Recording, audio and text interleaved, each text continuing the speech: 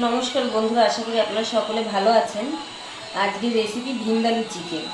এই চিকেনটি রান্না করা সবচেয়ে সোজা, শুধু মাংসটাকে একটু সময় ধরে ম্যারিনেট করে রেখে দিতে হবে। তাহলে চলুন কীভাবে রান্না করেছি দেখা যাক। এখানে আমি 500 গ্রামের মতন চিকেন ধুয়ে পরিষ্কার করে নিয়েছি। এখন আমি একটা মশলা তৈরি করে নিচ্ছি। প্রথমে আমি দিচ্ছি হাফ চামচ ধনে, হাফ চামচ জিরে, কয়েক টুকরো এলাচ, 2 টুকরো দারচিনি, 10-12টা গোলমরিচ, একটা বড় এলাচ আমি থেতো করে নিয়েছি, হাফ চামচ সর্ষে, হাফ চামচ পোস্ত। মশলাটাকে আমি শুকনো অবস্থায় দুবার একটু ঘুরিয়ে নিচ্ছি, তারপর এর মধ্যে আরো জিনিস মেশাতে হবে। এই দেখুন, শুকনো অবস্থায় আমি একটু গুঁড়ো করে নিয়েছি। এখন জল দিয়ে বাটলে সুন্দর বাটা হবে। এখন আমি এর মধ্যে দিয়ে দিচ্ছি রসুন, 10-12টা রসুনের কোয়া, এই 10-12 টুকরো ছোট ছোট করে কেটে রাখা আদা, আর এখানে আমি শুকনো লঙ্কা একটু জল দিয়ে ভিজিয়ে রেখেছি। এটা কাশ্মীরি লঙ্কায় রান্নাটা হয়, আমার কাছে কাশ্মীরি লঙ্কা নেই, আমি শুকনো লঙ্কাটা দিলাম। আর আমি দিচ্ছি এর মধ্যে একটু কাশ্মীরি লঙ্কার গুঁড়ো, হাফ চামচের মতো, আর 2 চামচের মতন ভিনিগার দিলাম।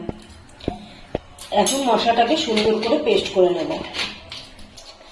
এখন এই চিকেনের মধ্যে আমি দিয়ে দিচ্ছি পরিমাণ মতন হলুদ, পরিমাণ মতন লবণ, আর ওই যে মশলাটা বানিয়েছিলাম মশলাটা দিয়ে দিচ্ছি।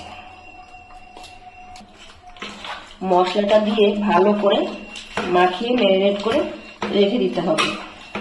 যত বেশি সময় ম্যারিনেট করে রাখা যাবে মাংসটা তত বেশি ভালো হবে।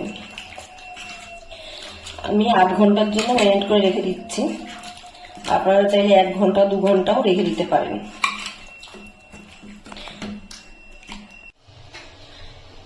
আমি এখানে সাদা তেল গরম বসিয়েছি। আমি এখন এর ভিতরে দিয়ে দিচ্ছি আলু। এই রান্নাতে আলু ব্যবহার হয় না, তাহলে আলু দিয়ে করছি। আমাদের ঘরে আলু ব্যবহার কোনো রান্নাই হয় না। আলুটাকে আমি লাল লাল করে ভেজে দেবো। আলুগুলো আমার লাল লাল করে ভাজা হয়ে গেছে, আমি এখন তুলে নিচ্ছি।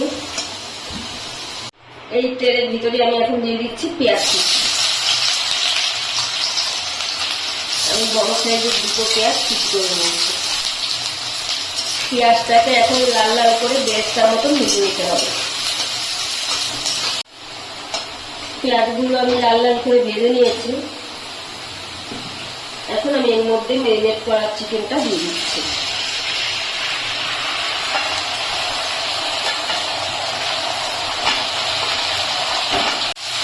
এখন চিকেনটাকে ভালো করে কষিয়ে নিতে হবে।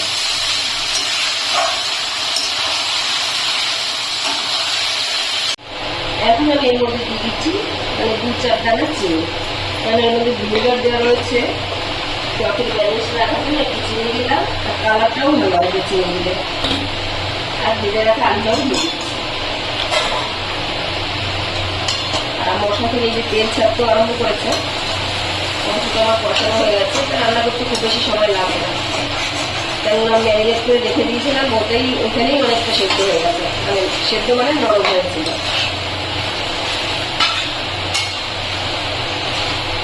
ভালো করে নাড়িয়ে চাড়িয়ে এখন আমি জল দিয়ে দেবো।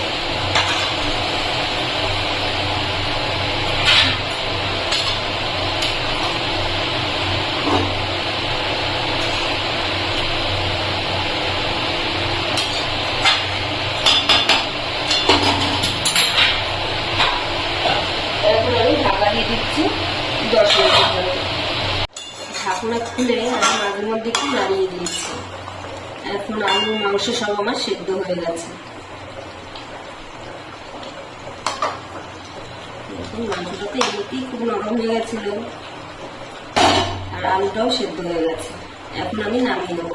আমি এইটুকুনি ঝোল রাখছি। আপনারা যদি মনে করেন আর একটুখানি কষা কষা করবেন, তাহলে আর একটু ঝোল শুকিয়ে দেবেন। এই রেসিপিটি যদি ভালো লাগে তাহলে একটা লাইক, কমেন্ট ও সাবস্ক্রাইব করে পাশে থাকার অনুরোধ রইল। আর যারা ফেসবুক থেকে দেখছেন তারা অ্যাকাউন্টটিকে ফলো করবেন।